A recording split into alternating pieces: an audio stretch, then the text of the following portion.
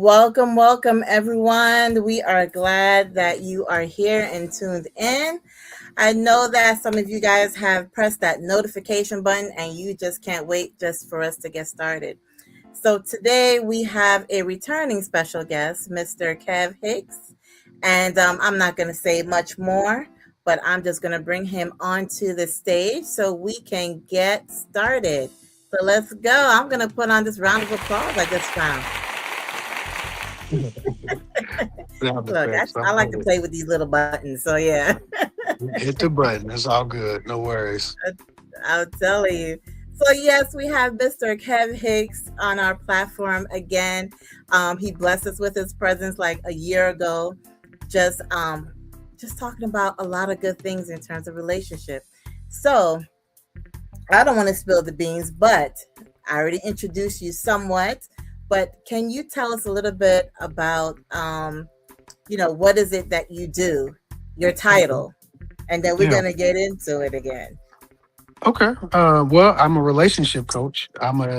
That dabbles obviously very deeply into dating, but it also focuses on the relationship that a person might have with themselves, the relationship dynamics and familial dynamics and workplace dynamics, all of the types of relationships. If you have to communicate and coexist and are interdependent with other humans, that's a relationship. And so I'm a relationship coach through and through, from marriages to singles to self love to life coaching. I'm a relationship coach to that point. There we go. To that point, it does dabble into some heavier topics. Every once in a while, there's a person who maybe think their relationship is their issue, and then they don't want to live anymore. They're having suicidal ideations and things of that nature. So it really does span the gamut from, um, you know. Mm, Uh, how to tell if a guy likes you to how to overcome the sensation that I'm not good enough and don't deserve to be here, mm, right? Like it does get deeper. So I used to, be a YouTuber, all right, and I 700, 800 YouTube videos into it. Um, yeah. I'm not a YouTuber anymore, partially because of the algorithm things, and I'm just not interested in the stress of trying to be a viral person. I don't have the personality to be famous, to be quite honest. But I never wanted to be those guys. Like Yeah.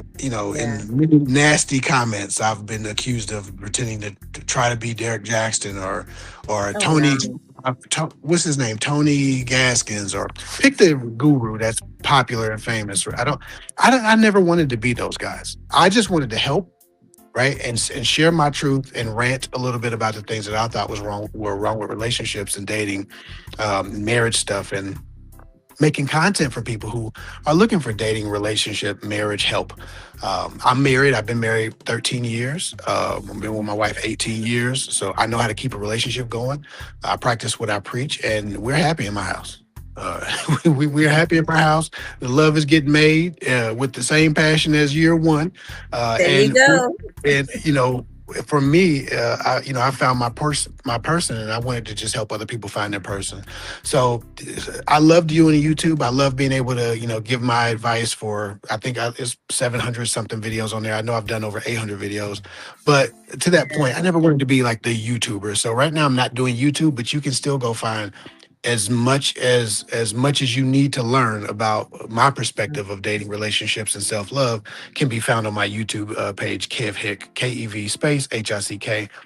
I'm 366,000 subscribers still. So if you're looking for it, the one at 366,000 is the page you're looking for. With that, my name is Kev Hick, and I do have a KevHick.com where you can go and you can book a call with me to get relationship advice, life advice, coaching of all types. So if you are looking for a life coach, or relationship coach, or a dating coach, or a self love coach, I can be that as well. I've coached over 5,000 people, partially stemming Mm, from my years on YouTube, but I still coach mhm, on a regular basis. Like, I'm still very much a coach, not so much a yeah. content creator, but I love coaching, so I'll never put that down. Okay, sweet. And for those who are tuned in, I just kind of shared his YouTube page that you can find a lot of his past videos and so forth. And I mean, as you said, there's so many videos you have on there that touches on like almost every, I don't think you missed anything in terms of relationships, dating, and so forth. And I even saw where you and your wife were doing Mhm. some videos together, which is pretty Yeah, nice. I saw one or two where you guys was like discussing like the gifts that you two have, yeah, you yeah. know, and how you came to be. Yeah, yeah. My wife and I, from time to time, do content together. We used to have a podcast called Elevate Podcast. People always ask for stuff. You know, when you're a content creator, people ask for, why don't you do this? Why don't you do that? And it might feel like you got some, some supporters, some eyes, and then when you do it, it's like 14 people watch. So, while we enjoy doing it, we're going to have great conversations whether or not a camera is involved. So we were doing that for the sake of the people who were asking for it. But to that point, when we do want to do something, we'll put it on His or Hers Unfiltered. That's our other YouTube page where we talk and have conversations together. And usually it has a lot of insight about, our relationship, our dynamic, and our experience, but also, our perspectives on different things. And so I didn't want to box myself into just dating and relationships again if I did another Mhm, platform. And so this mhm. platform with my wife is kind of a mix and a hodgepodge of just my random topics that don't necessarily fit the dating content that's on the other channel, and or Right. conversations I've always had with my wife or wanted to have on camera. So it's more or less our content page together, but Mhm. it's still heavy on me. She doesn't necessarily want to be a coach or a guru or anything. She's just my friend and my partner, and so we partner up. So his and hers unfiltered will have any burst of creativity that both of us feel like needs to be explored on camera. Okay, that is great. One thing I just remembered, and we're going to continue. I see the title "Spiritual Gift," and usually I start my lives with a little word of prayer, and I don't think we did Mhm, that this time. So if you don't mind bowing your head a little bit, so I can say a little word of mhm, prayer, and we'll continue. mhm. Dear Heavenly Father, just want to thank you once again, as I always say, just for allowing these special guests, talented guests, to come on and just share their passion and love for what they do. We ask that it may inspire people who are tuned in to do something with what they have, with what they've been blessed with, and also to help people that come in contact with them. We just want to thank you for him and his inspiration that he is bringing to us today, and we ask that people are encouraged and share. Amen. So yeah, Amen. I did like that. I think that was one of the things that I caught, you two working together on this channel, and it was pretty nice. I did watch Discovering your Spiritual Gifts, Embracing and Mhm. Using Them for Good.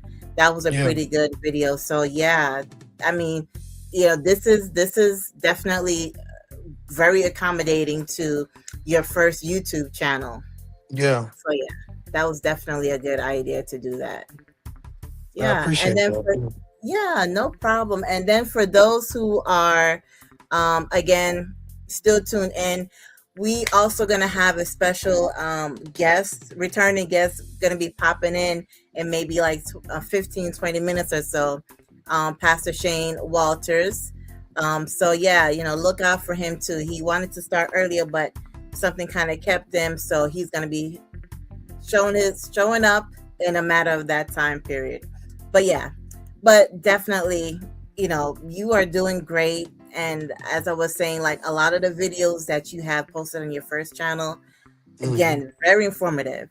And I want to say, for those who are new, just seeing you for the first time, that is how I came across you, was just following your YouTube page for like a little while. And Mhm. when we got started, I'm like, you know what? Relationships, dating is so relevant.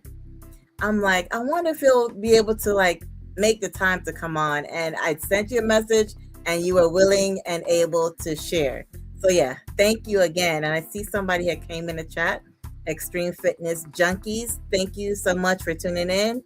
Definitely connect to all the people that I'm, putting up, Yeah. and connect with our host Kev Hicks, and to our guest host that's gonna be tuning in soon. So yeah, you talked about that and what you do as a relationship coach dating coach. Um, we're just gonna kind of go over just your childhood days, like where did you grow up, what was that like, and just to kind of get a little context and background. Yeah, Okay. networking is key, as someone just mentioned, Yeah, and my he so said my hello child. to you. Sorry. Hey, what's going on? Love, love, love. Yeah. So my childhood. I don't know. I guess it sounds so much more traumatic to other people than it may have felt to me. Uh-huh. So It's my your childhood norm. was, yeah, it's my norm. I'm from Dayton, Ohio, and my childhood was, it was interesting. My mom was struggling with alcoholism for the majority of my life. She struggled with alcoholism, but pretty bad when I was a child. So I was that 5-year old who could make his own dinner, had a key in my pocket or around my neck, didn't need supervision at all. Got myself to school, back from school, and then would Right. stay up and make sure my mom got back in before I went to sleep, so I didn't have to call my brothers to go find her. Like I was, and that sounds crazy traumatic, but I don't remember it that way. I remember it just being extremely capable, well trained. My mama raised us to be extremely self sufficient, independent, and while she did struggle with alcoholism, and it was a burden on our home, she was the most loving alcoholic, to us that I've ever seen on any depiction of someone struggling with alcohol. My mom didn't come home and cuss or beat us or do anything crazy. My mom came home and wanted to dance to 2 in the morning. There are pictures of me dancing in my Barney pajamas at 2 in the morning with my mom, right? So my mom has always been very loving, right? And I think what drove her to, alcoholism and the things that she struggled with were a very abusive household. So Mhm. her goals as a parent were to make sure her kids always felt loved, supported, and they never had to fear being, hit or beat or anything like that happening in their house. So we Yeah. didn't. I don't have that experience of the angry drunk. My mom was a loving drunk, affectionate drunk. Yeah. Um, but what contributed to, I guess, the man I was, or the man I became, and the man I am today, is through her struggles, we did a lot of AA, Alcoholics Anonymous. We were always in those meetings. I was at 5-year-old in a church basement somewhere with a coffee, listening to a lead meeting about somebody's crack overdose and how it changed their life and got them sober, their rock bottom story. And my favorite thing to do was to go to the lead meetings and listen to addicts tell about how they got clean and got sober and how they got to 3 years, they got to 15 years sobriety, and what it took for them to hit rock bottom. And it was always a crazy story. So I was Right. always like, eyes wide open at 10 that night. 5-year-old coffee. Like this was me. And I went to school the next morning, So I was having a much different experiences than I would imagine a lot of children were having. Because my mama never shielded me from the horrors of life. I got it all. And it built in me a sense of empathy that I just wanted to help people and not to gain anything, not to become popular, certainly not to Mhm. become famous. But I saw my mom and a lot of people as I started to grow up and move around as a teenager. I could see people's lives developing and I could see their trajectory heading in a similar trajectory as hers and my aunts and other people in my family who had struggles and addictions were going. And I realized that the relationships that the people had or people were exposed to always contributed to their addiction. They Mhm. always contributed to the life choices that they made, whether it was a lack of love or the longing for love or the toxic love of someone. Yeah. Relationships relationships were the most consistent catalyst to someone essentially ruining their lives or portions of it, right? Or Mhm. bringing trauma into their educational experience. Because I don't like to say ruined life. I think you are what you are and you go through what you Right. go through. But some shit I'm sorry, some stuff is unnecessary. Thank you. Um, and you want to go, I'm gonna get it. But No, you I good. feel You like good. You got I, grace. I got it. Thank you. But I feel like people go through a lot of unnecessary trauma and they traumatize themselves. And on top of what the world might give you, you don't need to give it to yourself.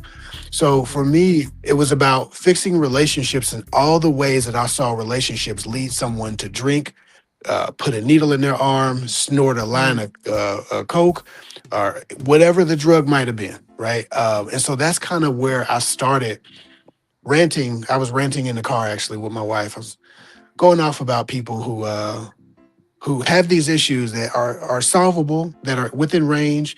How it's not a person's necessarily, it's not necessarily a person's fault that they have an issue, but it certainly isn't Right. all, it certainly is totally their power, right? And so Mhm. people need to be empowered. And my wife was like, well, I mean, I have you, you have me, we don't need it, but somebody needs to hear it. Why don't you make a video? I was like, she like, do a YouTube channel. I was like, I don't know about that. Like, I don't want to be famous, I don't want to be super popular. All I want to do is help, right? And Yeah. I had seen a few of these guys on YouTube doing what they were doing, and I'm a pattern recognizer. I might be on the ADHD spectrum. I don't know, but I recognize patterns like immediately, and I saw a pattern of ego. And not speaking specifically about anybody in particular, but I saw a pattern of ego. People essentially trying to impress the world with their intellects, and that'll Mhm. happen. We all have egos, and they can be stroked, and you can be corrupted in your message. And so, Yeah. I never wanted to put myself in a position where I was trying to help people for clout, right? Mhm, And mhm. but that, I guess that's my Achilles heel, because had I had that type of ego, maybe I'd still be doing YouTube and still be viral. But I refused every trend. I refused to do everything that would have made me more popular, that would have got me past a million followers. I don't care enough about that part. I just wanted to help my clients. And once I developed my coaching business, people force me to, hey, get on the phone, I need to talk to you about my personal problem. It's like, ah, man, all right, but I don't want to charge nobody, right? I didn't want to charge. So my wife Right, has right. like, well, she had to sit me down like, listen, if you're giving people an hour here, an hour there, now that's our hour. That's the time you will help me with the kids. That's the time you were. So I was like, oh, okay, y'all paying my wife, y'all paying my wife to borrow me. That's how I could, make sense of it, because I really wasn't trying to figure out how to trick people out of their pockets. Like, I didn't want to do that, but I realized that my time is valuable, and my perspective needs to change. And at the very least, they owe my wife money for letting her talk to women for a living, right? Uh-huh. Because women ultimately came to the channel at 95%, right? Men aren't looking for the same types of improvement that women are looking for. Most of the times, improvement for men circles around their finances and their structured way of living. Women Right. focus on their mental health, their emotional health, their spiritual health, which is why most male dating coaches that aren't sexist and misogynist and red pill end up getting mostly Uh-huh. women, because women are the ones trying to improve themselves from the inside out. Men are trying to improve Mm, their circumstances to feel valid, because we still have a stunted, arrested development as it pertains to our emotional maturity and learning how to regulate those emotions, because society doesn't socialize us to do so.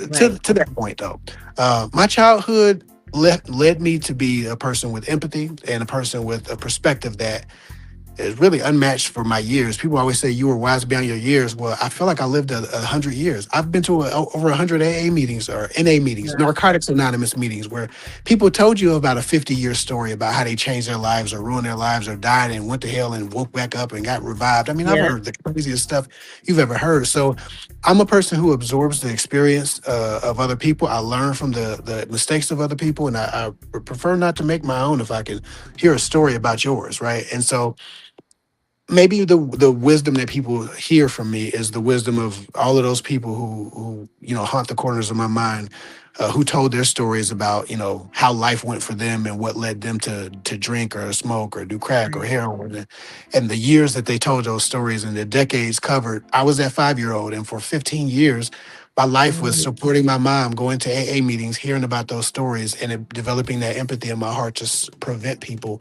from needing to stand up and tell those stories, and hopefully change the trajectory so that they can have healthy love with others, they can have healthy love with themselves, and that they didn't have to do those mistakes, because there were plenty of people who already made those mistakes whose lives were ruined. So that was my purpose for starting the channel, not to become the next Derek Jackson right. or whoever else was popular. It was just to help people and prevent another version of me in an AA meeting at 11 o'clock at night with a coffee in his hand, 5 years old, watching his mom struggle through addiction. I was just trying to prevent another one of me, but I Yeah. feel like I'm pretty great, even though I've been through some stuff. So for me, childhood was rough, but it was what it was. My father. Mhm. I don't have a relationship with my father. I don't have fatherhood issues. I am totally neutral. My father was weird. So my dad, he was apparently a secret polygamist, and he didn't tell my Oh, mom. Yeah, and they were that's new for the last time we right. interviewed. So yeah, fun fact. Right. And so, that fun fact, my mom was everything because I didn't have a dad, right? And so I didn't have a Okay. dad because the secret polygamist didn't tell my mom he was a polygamist until month 7 when she's like, "Hey, I think I'm pregnant." They've been together 7 months. He's like, "Oh well, I got to be honest. Every time I leave, I got these other wives and I got Mm, these other families and I'm doing this and I'm doing that and you can be number 7." And she was like, "The hell I will." So that was that. And right. he was avoiding he was avoiding of what he thought was pending child support. And my mom was just not like that. She's too prideful to ever. So she never went after him, but he avoided us like the plague because he thought she was going to try to dig in his pockets. Right, So I just right. I don't have that relationship, but I don't have any trauma. I think God put me through exactly what I was supposed to go through to develop the powers and the gifts and the intention I have to help others. So like I have zero trauma around it. He's so Yeah, totally neutral. I'd shake his hand, high five him, or nothing him if I seen him. I don't have any trauma. I'm thankful for his gifts. I have some of his gifts. I have his height, thank God. I have his power. He's a spiritual leader of a lot of men as well, but for okay. his beliefs, and we don't necessarily have the same beliefs, but he's a very Mhm. very powerful person, a very powerful individual, and I have that, but I just have it with my intention in my lifetime and my perspective and my paradigm. So I'm thankful for what I got from him, and I think that was his purpose in my life, and God has made sure that Yeah, I am what I need to be to help as many people as possible. So right. that was That's a childhood. blessing. And I mean, like you said, you said that you feel as though you're doing great, under the circumstances that you grew up. And I have to confirm Mhm. that because it could have been one or two. You could have ended up, you know, being an alcoholic or what have you. And Mhm. who knows what could have happened if you took that route because that's what you saw.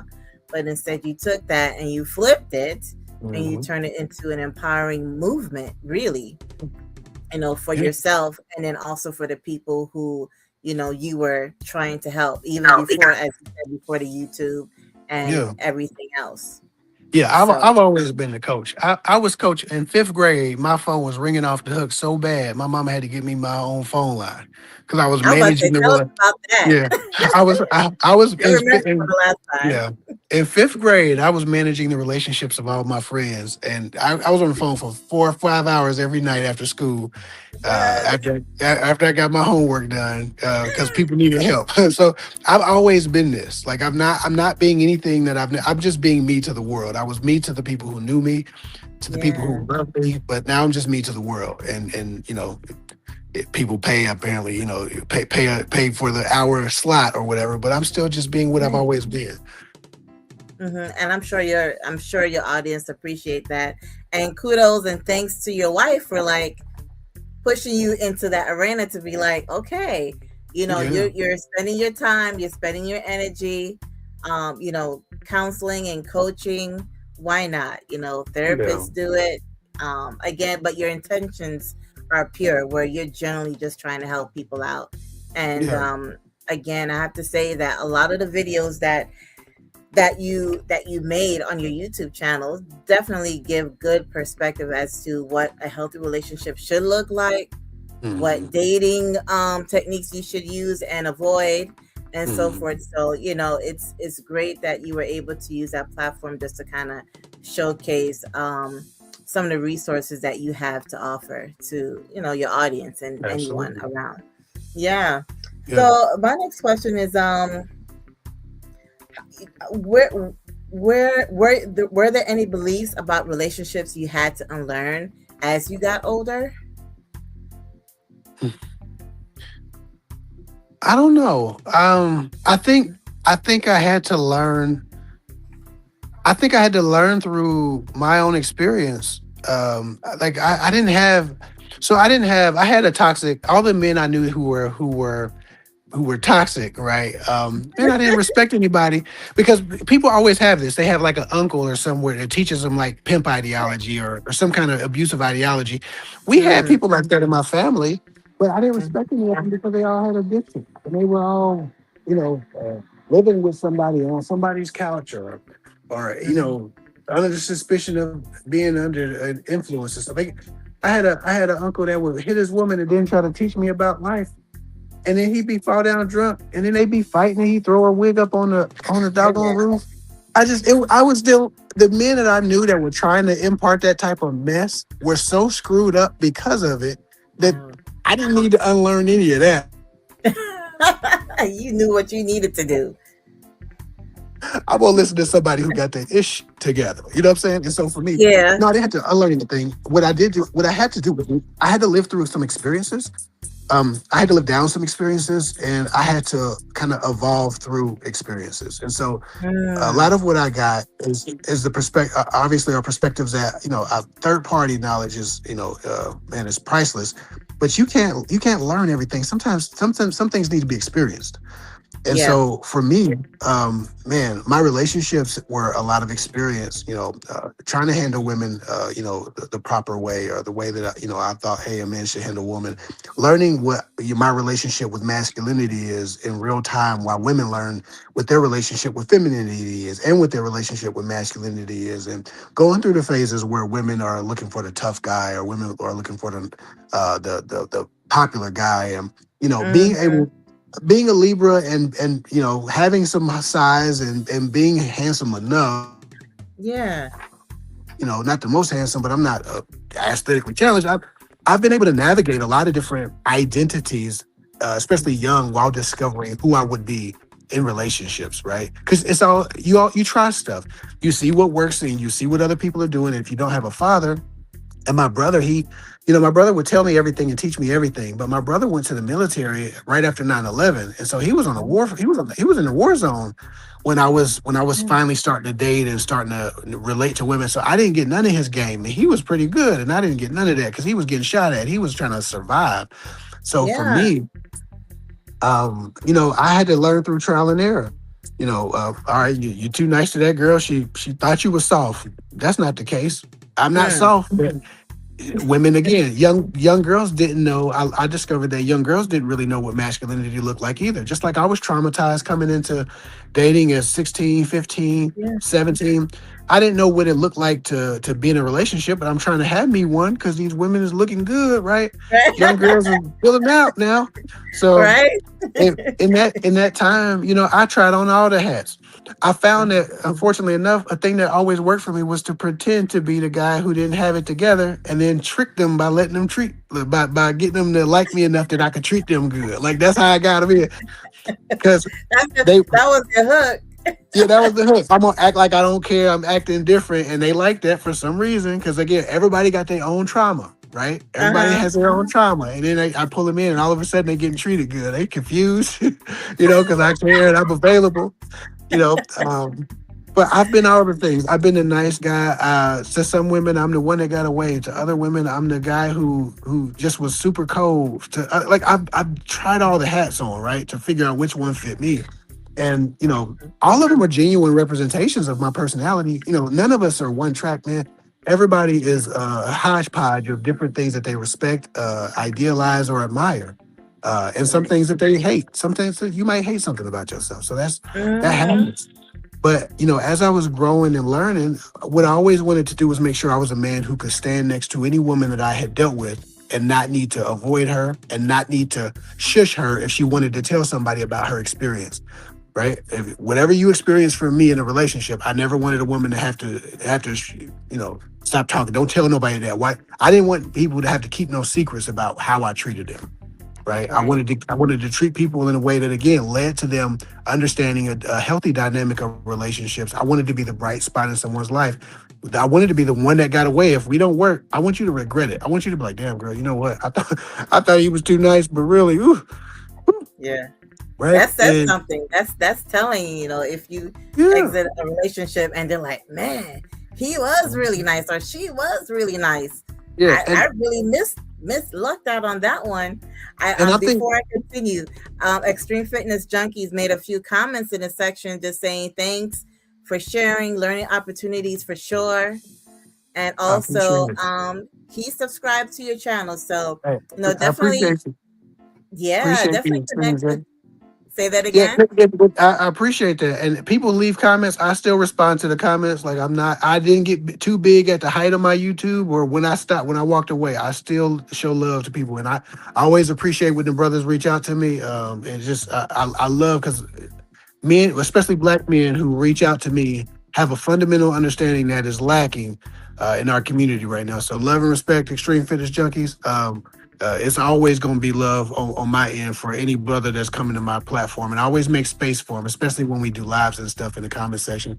I show a lot of Yeah. love to them. We need to be there needs to be an army. One thing I didn't care about, and I want to change the subject, but there needs to be an army of men doing what I was doing. Like Derek Jackson and all these other people. Not only name him because I never watched the content. I never got Yeah. into Yeah. watching my competition. So I keep saying the same person, but not because he's the only one. Just because I don't have a frame of reference. I don't watch the type of content. I just Yeah. did the Yeah. content. I didn't want to be contaminated by somebody else's intelligence and then Yeah. regurgitate it. But to that point, I didn't care so much about the ego part of it, but there should be an army of black men trying to teach black women how to defend themselves against those of us who can't be trusted by the community. Those of us who are destroyers of the community, whether that's destroying a mental and emotional relationship women have with themselves or abandoning our children. There should be an army of black men against that stuff. It shouldn't just be one or two dudes getting called simp. But back to our Yeah. conversation, the word nice is manipulated. The word nice is misunderstood and is it's a misnomer. Like people use the word nice and it's supposed to be all encompassing, but essentially just means you're a pushover. You don't have Mm, boundaries, you don't have standards, you let people run all over you. And so I started to hate the word nice, but okay. nice is the laziest way to say a man who treats women with respect. And so Right. let's just be clear. My version of nice me isn't a man who takes mess from other people or deals with mess Right. from anybody or not self-respecting or simping or whatever they might call it. Nice Mm-hmm. for me means operating with morals, values, and integrity, doing the right thing by everybody at all times, and handling women as I would want somebody to handle my little sister or a daughter if I had one.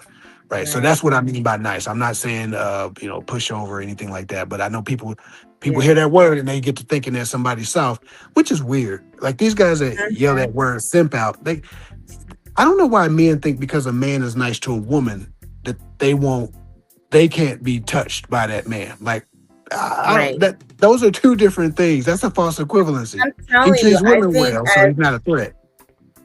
I think as time kind of, things have changed, evolved over these years. I want to say, like again, nice was just kind of changing to something else because Mhm. when I say that's a nice guy, that's what I'm saying. I'm not saying Yeah. he's push over what have you. I'm like, yeah, I Yeah. want the nice guy. I want the Yeah. guy who is, affectionate, caring, respects his Mhm. parents, respects his mom. Yeah, you might not, follow everything they say, but you respect what they contributed to your life.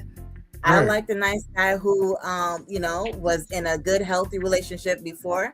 Were there challenges? Maybe, yeah, but overall, you were a nice guy. I want that.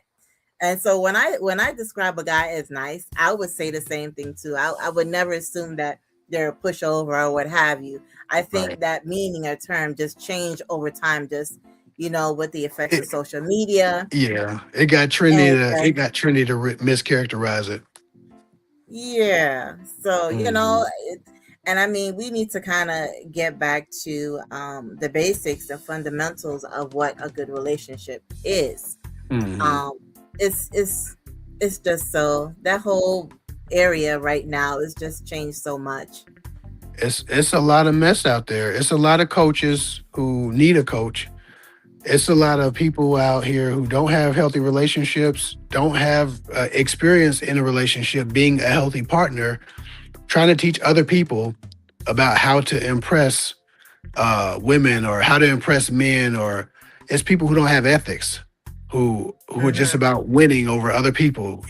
It's just man, it's people who really aren't equipped and who shouldn't be giving anybody advice, but any idiot can go buy a microphone and a camera set from Best Buy and they become a Hmm. guru. And I just think Yeah. with love and respect, you don't have to have a relationship to be a great relationship coach, but you should have experience having a great relationship. You should be able to say what you did wrong in your relationships. You should have moved on, evolved, and grown from your experiences.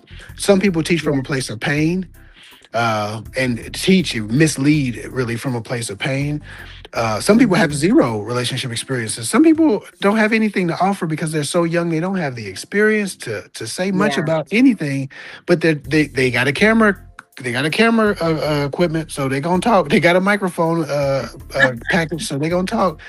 And that's like I'm okay with that being a part of their journey too. But I think we give Right. everybody the same amount of credibility, which is problematic. I think there was a time where when you were dumb or you were ignorant, you just shut up, or everybody knew that you were dumb and ignorant and didn't give you the same credence that they gave someone with experience, or the same credence that they didn't give the person with the triple degree, the double Right. doctorate and the masters, right? They now on social media, if you got a camera, you as much expert as the person who spent 10 years of their lives studying and 20 years of their lives working in the field.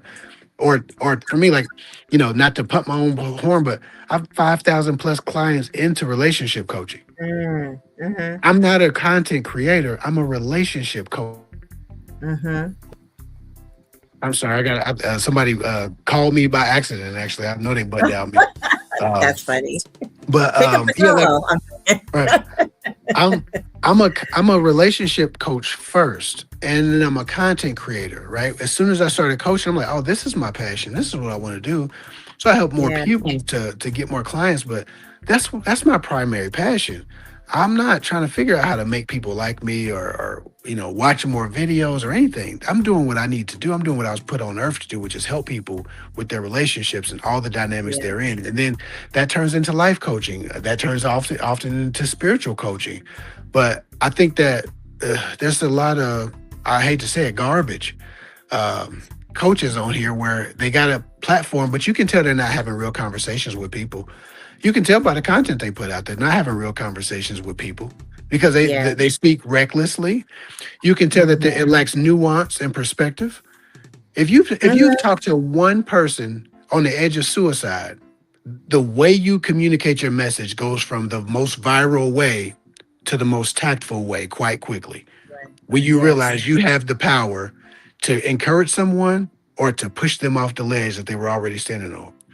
Right? When you've Yes. had conversations with people who were in abusive relationships, you've had conversations with people who were in tears for 4 or 5 sessions because they didn't see themselves as worthy or valuable based on their programming from a relationship that they got from a broken person that they had a Yeah. trauma bond with. You don't just get on here saying the most viral thing because you care Mm-mm. about people. You start to care about your clients. If you haven't already had that level of empathy, you can look at a content creator and tell that that's what they're doing. They're making content and trying to make money off of the platform that Mm-hmm. they're on, which is fine if you're not dealing in dangerous, if you're not dabbling in dangerous subject matters recklessly. Yeah. But all of these people that get on there and they just go viral, you can tell they're not really helping people. They're not taking calls, or they're not meeting clients. They're not really coaching after the cameras are off. And that's the Yeah. thing that's the part of this social media, the self-help guru age that I hate, is that while I was able to grow from it and gain from it love and respect, man, Right. most of my peers didn't come with the same intention that I had. And most of them didn't come with the same level of commitment to learning and growing and developing through what they experienced from their clients. If they got clients, they just brought their ego, and I think that that's the biggest injustice that we see on social media. And so I would hope that that would be something that subsides in its virality Yeah. soon. So yes, thank you so much, Kev. So yes, as I mentioned, I was gonna get my friend, Mr. Shane Walters, Dr. Shane Walters on. Again, he is a gospel artist, but he's a music ministry leader. But on his channel, he also has a lot of good information in terms of relationship dynamics and so forth. So it just felt good just to kind of like make this like a panel style, Mm. platform this time around. So we're just gonna reintroduce ourselves again. So Kev Hick, introduce yourself again, and Dr. Shane Walters, introduce yourself, and we're just gonna kind of continue the conversation. All right, Catch, I'm Kev catch Hick. you How up you a little doing, bit. Dr. Shane? Uh, I'm good. I'm ni- good. Nice to meet you, brother. I'm Kev Hick. I say a has been YouTuber. I'm a current relationship coach, still a dating relationship life coach, and stemming from that time. But you can find me at Kev Hick on YouTube, KEV space HICK, and or Kev Hick 24 on Instagram, or find me at kevhick.com, KEVHICK.com if you're looking for life, love, or relationship coaching of any kind. That'll work. That'll There you work. go. And Pastor Shane, just kind of give us a little rundown of who you are and what you do again. All right, no problem. I am. Well, my name is Shane Walters. I'm a pastor, author, a speaker, and serial entrepreneur. I CEO of Kingdom Finance, which basically helps individuals to marry faith and finance as they go through the marketplace. I am also a gospel artist and a few other things. We'll be here all day, but yeah, basically, I help. My main thing right now is just helping individuals to sort out their financial futures, and of course, still doing ministry. Yeah, awesome. So, when we started off, we kind of started a little bit, just kind of going over Kev's, background and his childhood. He said he went through some, well, he didn't feel as though it was traumatic, but you went through some things with your mom being an alcoholic and just learning from that, which kind of built the empathy you have in terms of like, assisting people today with their Mhm. relationship and their dating issues and um, coaching marital couples and so forth. So, the vibe is definitely, definitely a good vibe today. So I have a question that, maybe both of you could kind of piggyback on in terms of relationship. When you think about a healthy relationship today, what does that look like to you? Either one of you can start and then we could kind of get rolling from there. Well, I'm a firm believer that every relationship, first and foremost, needs trust. I think trust um, is one of the most, if not the most important thing that is integral to a healthy relationship. I think people talk about communication being important. I agree with that as well. But communication breaks down if you don't trust the individual that you're communicating with, right? And so there must be trust going both ways. That whatever the contract is, and here is the part that I think a lot of people have an issue with. Everybody's contract is different. What is good for my relationship may not be good for your relationship. And what is good for that person's relationship may not be good for another person's relationship. But whatever the contract is between those two individuals, whatever that covenant is, they have to be able to trust each other that they will fulfill their responsibilities and not violate the contract, so to speak. I believe every relationship, whether it be romantic, business, friendship, is a contract. You are agreeing to govern yourselves in a certain type of way regarding this particular individual. So if there is no trust there, that breaks pretty much breaks everything down. So I think a healthy relationship is one where trust is at the forefront. Communication is effective because talking is not necessarily communicating. And like I said, the contract has to be upheld on both parts. My mother always says you cannot change the game and expect me to know the rules, right? So Mm, whatever game we started playing, we got to play that game. And if the game changes, then you let me know what the new parameters of that game or rules are, so that I can make sure that we're playing the same game. We started out playing basketball, all of a sudden you started kicking. There's a problem there, right? Mhm. So we have to be on the same page. That's where communication comes in. But again, I have to be able to trust your communication is going to be honest and open and something that I can rely on. Mhm.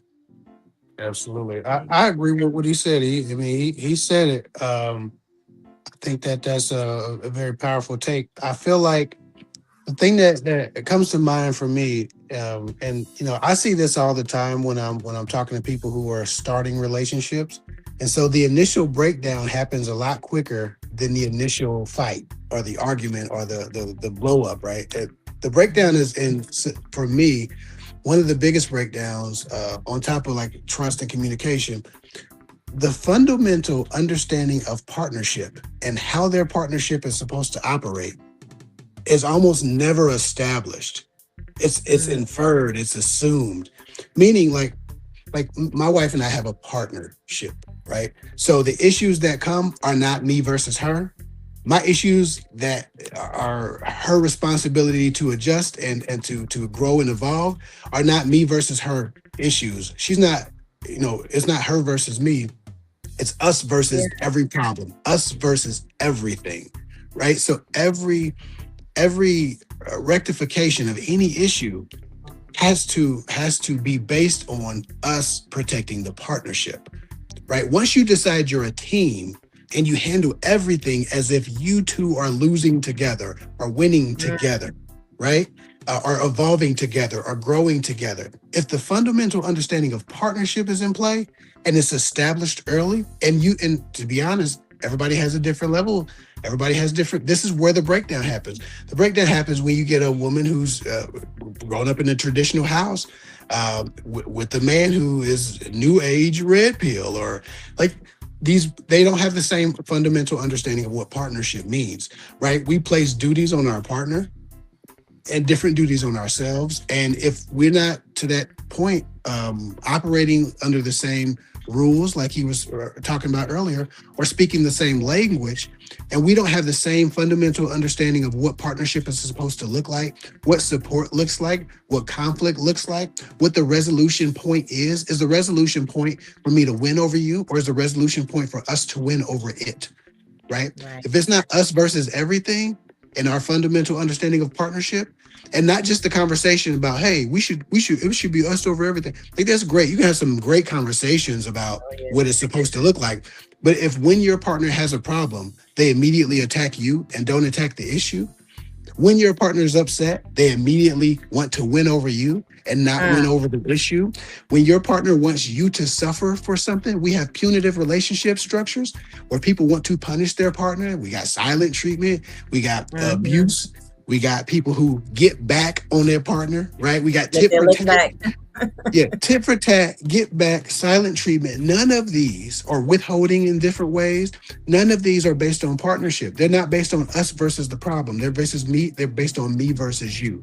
And I think if we have trust and you have adequate communication and you have that sense of, you have a fundamental sense of partnership that matches with your partner, where you're playing by the same rules, but the rules are always us versus no matter what it is, that's when Yes. you have the opportunity for a long lasting relationship with potential to grow and evolve as each other gets older and more experienced. People don't have partnership, they grow in different directions. When you have partnership, and it's not Yes. just the kids, the one thing we agree on, but it's everything, you got Hmm. an opportunity to have one of those 50-year relationships, in my opinion. So I true. So think true. everything. I think everything has to have a foundation, right? Mhm. So before individuals come to me and ask me to perform their wedding ceremony, Mhm. and one of my criteria to perform your wedding ceremony is that we have to have at least three, what I call marriage preparation sessions. I don't do marriage counseling because I'm not a counselor. I'm not licensed to psychoanalyze anybody. But what I do is marriage preparation. You say, well, really, what's the difference? Well, one is based on marriage preparation is based on a foundation, like I said, or commonality, where the first question that I ask, do you both believe and follow the word of God? Now, if you cannot come to a conclusion that you both will believe and follow the word of God, then personally, I don't feel comfortable marrying that person. Not because of their faith, not because of their belief, but because there is no commonality of foundation to Mhm. what we're going to adhere to, right? Because whenever there is conflict, as Kev talked about, there has to be some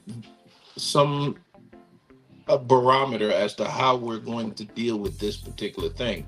And I believe that when you build your marriage on the word of God, then there is an answer to whatever problem you're going to face, right? Mm.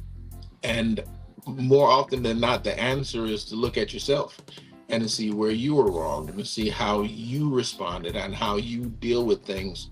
Because I think a lot what happens with Mhm. relationships that don't last are those relationships that where people are trying to fix the other person, where the husband is trying to get the wife to do this and to do that, or the wife Yeah. is trying to get the husband to do this and that, where when you have a foundation that says, you know what, I got to look at me first. I got to see how I'm acting, how am I responding. Um, Principles like a soft answer turns away wrath. Did I answer softly? You know what I mean? Mhm. I got to love her like Christ loved the church. Am I willing to die for her? Am I willing to sacrifice what I like and what I love for her? She has to respect me as the Lord. Is there respect there, right? And why is there no respect? Why am I being spoken to this way? What have I done to position myself to be seen as someone that can be spoken to in such a manner? Mhm. Which is not the easiest thing to do, right? When someone disrespects you, trying to take accountability for it on your end, because people only disrespect people that they either don't know or feel as though they can disrespect. Mhm. And it's one of those situations where 9 times out of 10, if you're disrespected by someone, you positioned yourself to be Right. disrespected. Not that you are to blame necessarily, but there is an accountability level that has to be taken when it comes to relationships, where you have to look at yourself first before you can even try to change the other person, because that Right. change, I often say, the sun is hot, right? And you got two Mhm. choices. You can try to change the temperature of the sun, or you can adjust your posture, what you have on, what you're doing, go in the AC, get an umbrella to deal with the sun. Now, which one is going to get you the result that you're looking for? Which one is actually going to be possible? You're never going to change the temperature of the sun. So you know what I Right. mean. But there has to be, like I said, a foundation for your belief system that your relationship is built Mhm. on. Are we building this on the Bible, or are we building this on on Kevin Samuel's teachings? Are we building this on whatever it is? Hopefully There not. has to be some kind of commonality to say, okay, are we doing traditional? Are we doing non-traditional? And what does that actually look like, right? Are we doing a partnership, or are we doing Mhm. a polyamorous situation, or whatever it is that you decide to do? There has to be a foundation for it to begin with, or you Mhm. are already doomed. Mhm. Well, you kind of touched on something good too. Having a foundation. I mean, before you even think about entering a relationship, you have to first then know that you're ready to start a relationship or to enter a relationship. What are some ways that someone will know that they are ready to be in a relationship, especially if they're leaving out of one? What would you say, Kev? I think are your habits healthy? Would you want someone to treat you exactly as you've treated others? And Mm, I always put it like this: if you were your best friend, right? What would you have told yourself if you were the most honest best friend, right? About your partner, about your actions, right? We always have somebody that's got our back. So they'll tell us everything honest about our partner, yeah. how messed up that is. Few of us are lucky enough to have a best friend or somebody who will be like, yo, you know you wrong. Right. But Uh-huh. if that one person that you dread knowing your mess, knew your mess, what would they have told you? And have you learned those lessons about what you presented that relationship? Right? And then what did you allow that your family, your friends hated that you allowed in that other relationship? And is the thing that caused you to be able to allow such a thing rectified? Right? So Right. meaning if you got self-esteem issues to such a degree that you've allowed somebody to spit in your face, hit you, tap your best friend, now you got a new best friend and you're still trying to fight everybody over this person, or you got a guy who's constantly saying inappropriate things, and you don't got the respect for yourself to your point, like he was talking about earlier. Like, what have I done to allow myself to be disrespected and to be a person that would be befitting of such treatment? To that Hmm. point, Have you adapted and evolved from the weaknesses that caused you the most harm or trauma? And No. are you on a trajectory to do that? Have you found help? Have you found a counselor? Have you found a therapist? Have you found a coach? If you're self-diagnosing, that's great, but you can study for a test for 30 years and never take it. And a lot of people do that, right? They watch a bunch of YouTube videos and they're like, I think I'm good. they've Oh, they've I not can't wait. evolved. Right, right. So I guess to long story short, the first thing that you need to do to figure out if you're able to be in a relationship health in a healthy way is find out if you've evolved from your own folly and the mess that you put somebody through. What part of you needed to die or needed to be restructured or rebuilt? Did you do that? Did you work on those things? Are you at least aware and you're being honest about what you contributed to the worst of your relationship or the worst parts that you contributed? Second of all, again, what part of you needed to grow and evolve that would require better treatment if you're coming from something that would be considered a toxic or an abusive relationship? Are you prepared to do the different thing? Are you prepared to disobey your programming? Because it becomes a program. Your Yeah. nervous system programs itself to receive the treatment that is accustomed to receiving, right? Your Mhm. nervous system will literally freeze your body in place sometimes. I have people whose body, I deal with a lot of trauma, survivors of trauma in Mhm. conjunction with their therapist, because I'm not a therapist either, I'm a coach.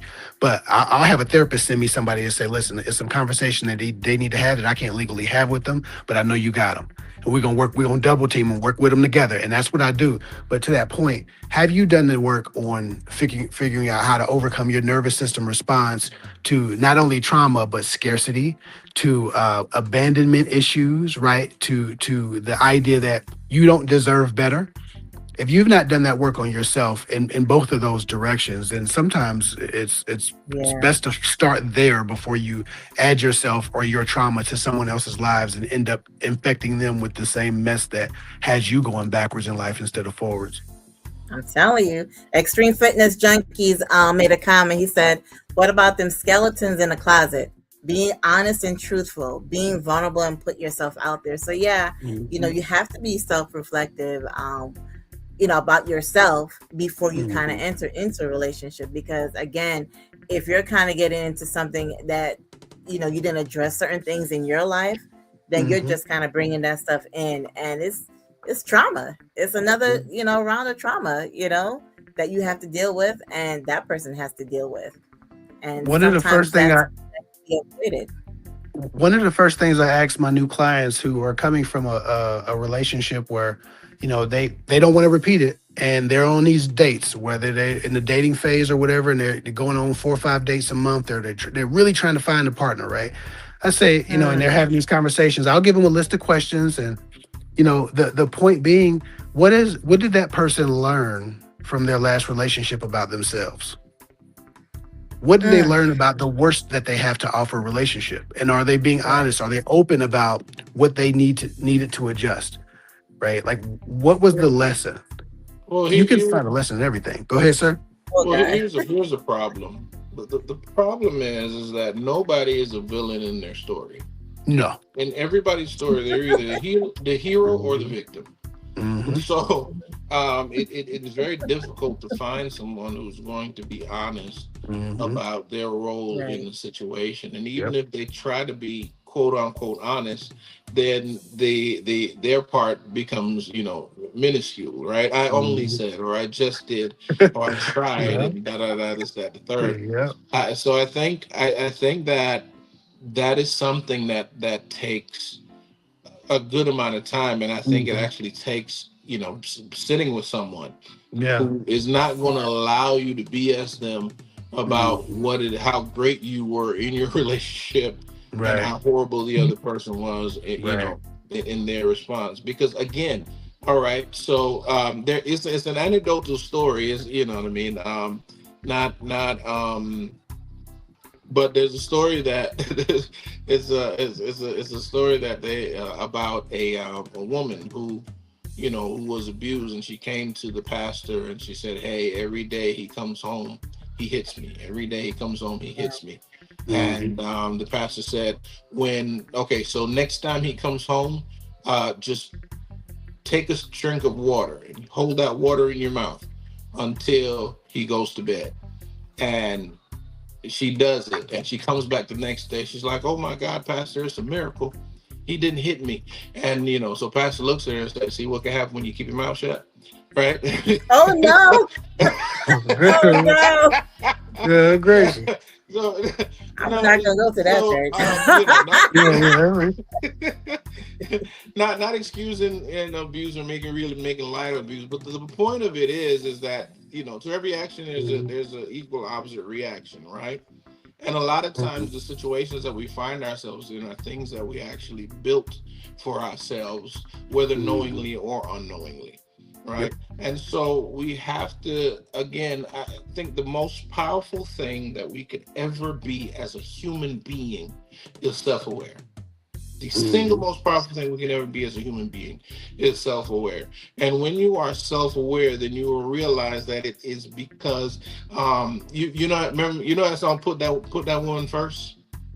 Mhm. Yeah, Yep. by Yeah, Jaheim. that is a perfect example. You know what I mean? If it wasn't for all the other things, then I would have remembered. If I wasn't putting this first, if I wasn't, 9 to 5 overtime, or whatever the case is, then I wouldn't have to worry about her now coming in late from work. I wouldn't have to worry about her not being happy. I wouldn't have to worry about her talking to or having a work husband or whatever the case is. Again, being self-aware that it is because of your shortcomings or you not doing what you're supposed to do, handling your responsibility, that actually prompts your partner a lot of times to find a outlet elsewhere, right? Mhm. um a lot of times it's one of those situations where again we and this is very powerful. We give people what we want, Mhm. and we don't take the time to find out what they actually want. I Every time I speak with a couple, I have them go to 5lovelanguages.com, and I have them take the 5 love languages test, right? Because it is important that you understand your spouse's love language or your girlfriend's love language or your whoever you're dealing with, right? Even your boo thing, whatever it is, understand their love language so you don't love them how you want to be loved. You love them how they want to be loved. You know what I mean? You're wondering why you're buying gifts, and you know what I mean, it's not a big deal. Well, that person's love language is not really gifts. Their love language is words of affirmation.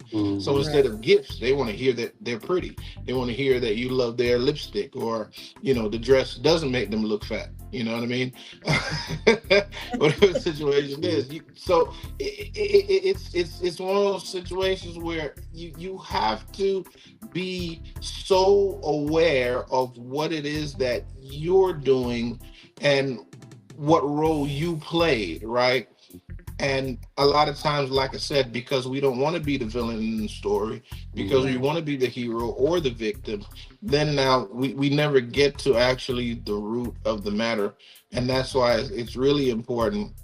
Another thing that I always say to couples, you gotta have a voice outside of your relationship that's not family, that's not your mom, that's not your dad, not your friend, not your.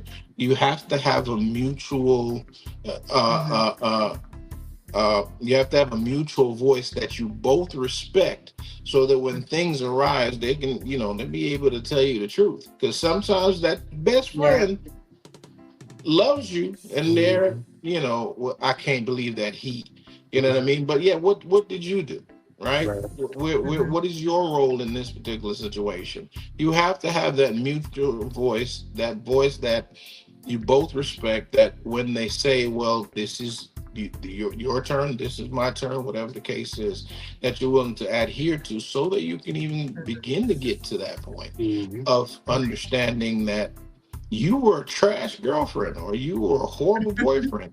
You may have been a great person, you may have been a good friend, but as far as boyfriend, girlfriend, husband, wife, you were It's not horrible. gonna work.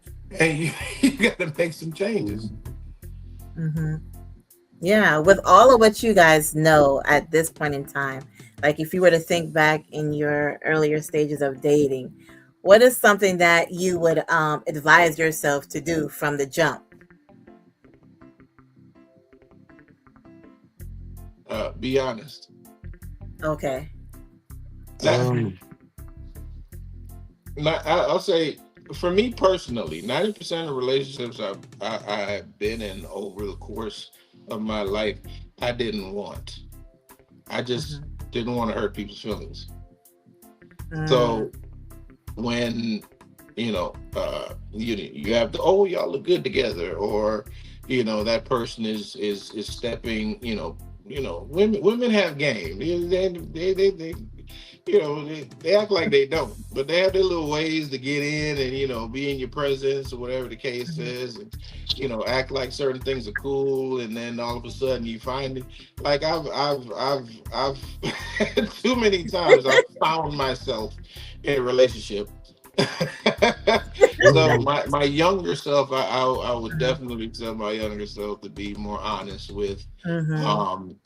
how I feel about that particular person, and not worry so much Yeah. about being a nice guy and not wanting to hurt that person's feelings. mhm. Mhm. Um, and I don't not toot my own horn or anything because I'm sure my mistakes were like humiliating.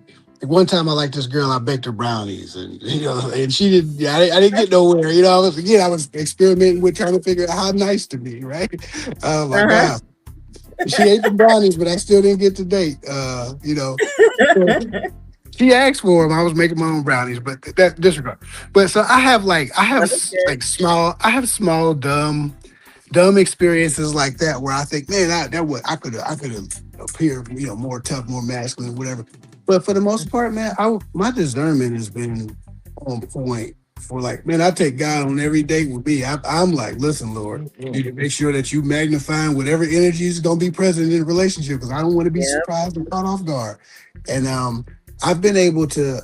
I think the perspective is of every date you go on can fortunately or unfortunately become a permanent decision. Like we don't realize the permanence of certain decisions. We don't realize how like life changing each interaction we might be having.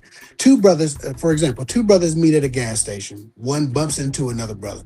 He turns around. He thinks, man, I should apologize and offer him this $50 to get that scuff off his shoe because I shouldn't have done it. Shouldn't.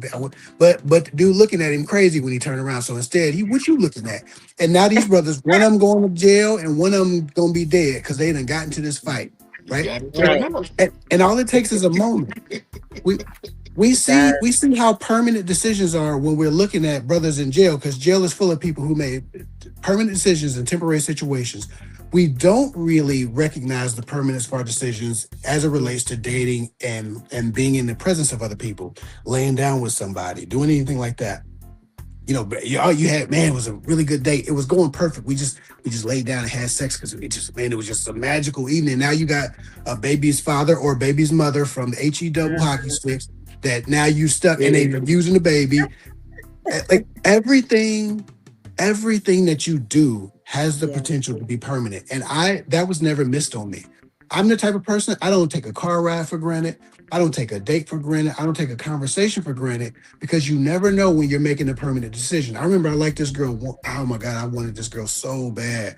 She was built like Superwoman, black Superwoman. She even had the V cut in the front. Like she was the coldest physique I've ever seen in a woman. She looked like Superwoman, but Pastor she Shane was is like, I know chocolate. what you talk about. Yes, she was built like chocolate superwoman, and she liked me. She got me into modeling, all of these different things. But I remember she didn't believe in God.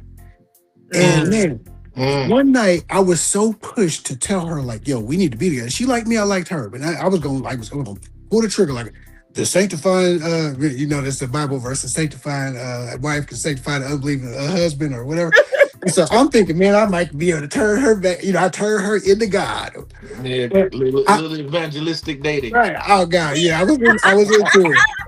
So I was so like into my faith at that time, and she didn't believe in God. And when I talked about it, she was so dismissive.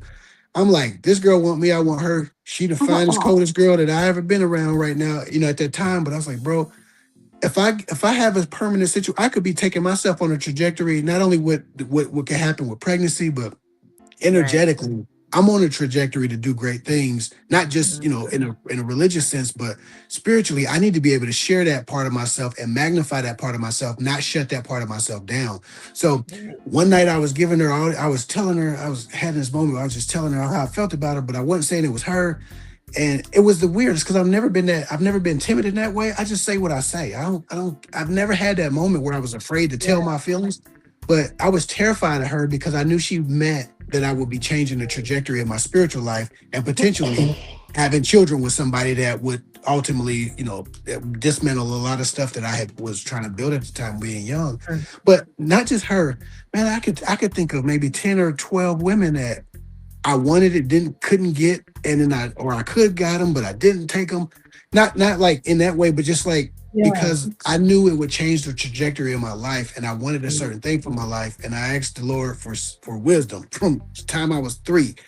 First Mhm. book I ever read was the Bible, and Solomon asked for Amen. wisdom as a child, and so I asked for wisdom because Solomon was my favorite character in the Bible, and Uh-huh. I believe I was granted that wisdom, and so I'm gonna be honest, man, I'm very proud of the mistakes I made were humiliating mistakes. They were being too nice. They were looking like you was too gentlemanly. They were getting dismissed by women who wanted a rougher man. It was never doing something that I feel like hurt myself or anybody else outside of just feeling dumb. Like, man, I shouldn't have said this or I said Yeah, let me just fire.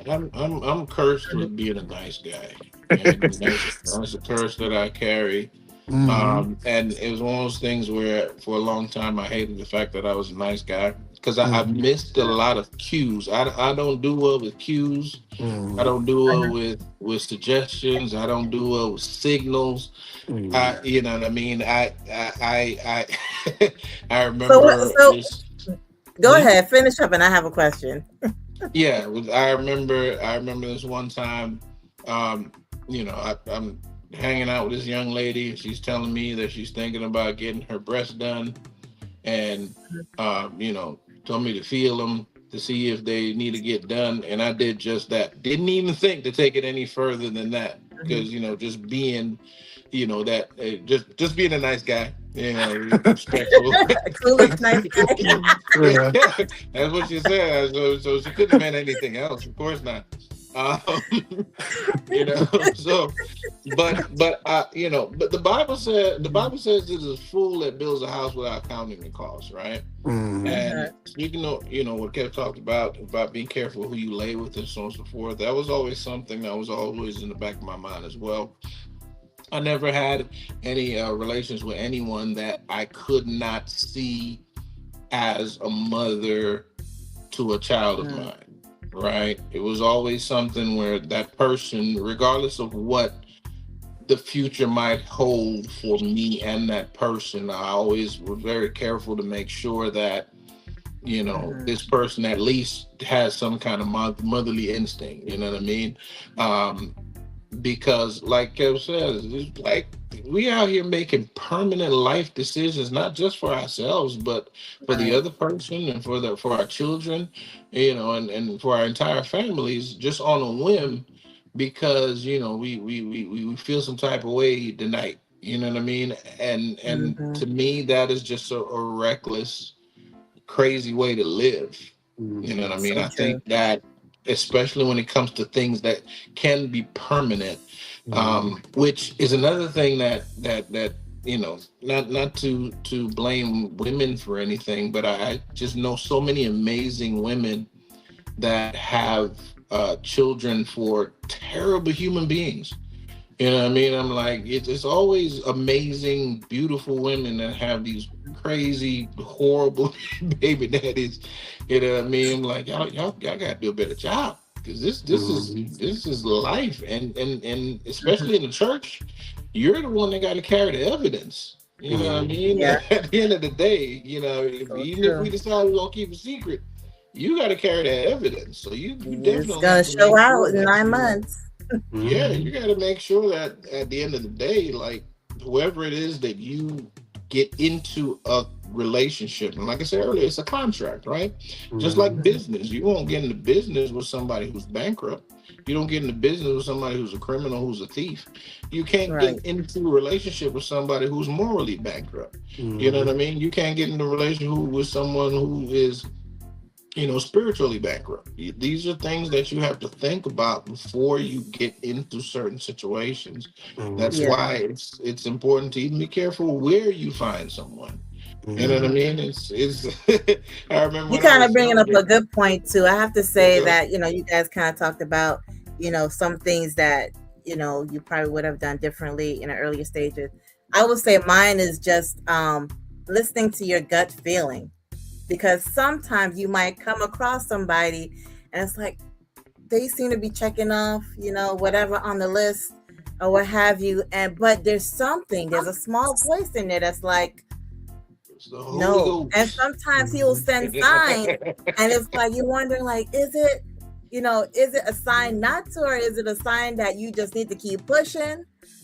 Yeah, that's one thing that I probably would have told my earlier self, like, just trust that, like, it will lead Mhm. you into the right place.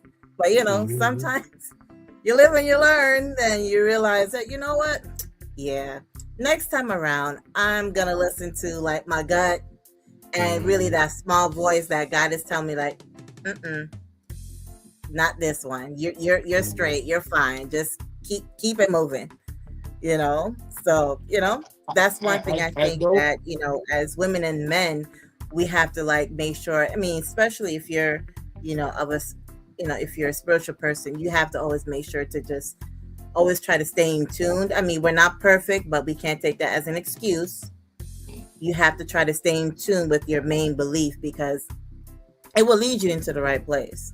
Mhm. Yeah, So, I don't believe in losses, right? I don't believe in time wasted. I believe that every encounter is either a blessing or a lesson, right? mhm, Every encounter is either a blessing or a lesson. But here's the thing: every lesson carries tuition, and you got to one. You know, what I mean, the problem is how much are you willing to pay for this particular lesson?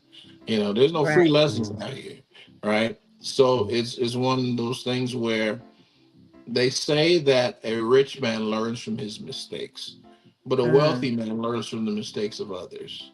I try to learn from the mistakes of others, as opposed to learning from my own mistakes, which is, I think, is one of the reasons I don't have any children. Um, because it's not that there was not opportunity, but I see what it's like out here for a lot of people who Mhm. mm, are not in relationships and have to deal with crazy baby mamas or crazy baby daddies or whatever the case is.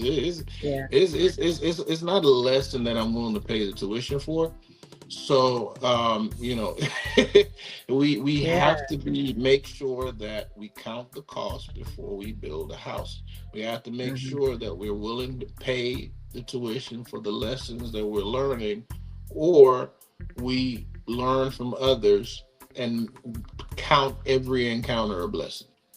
Yeah. Mhm. That kind of lead into like something I want to ask to both of you, really. Like, what were some of your red flags, so to speak, during the dating phase? I mean, I know you're married, Kev, and there was, well, maybe not for her, but what are the red flags? What are the green flags when you encounter somebody, and how that kind of help you to kind of move on in that relationship or cut it off?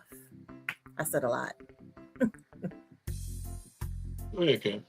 Red flags for me is always going to be a lack of self awareness.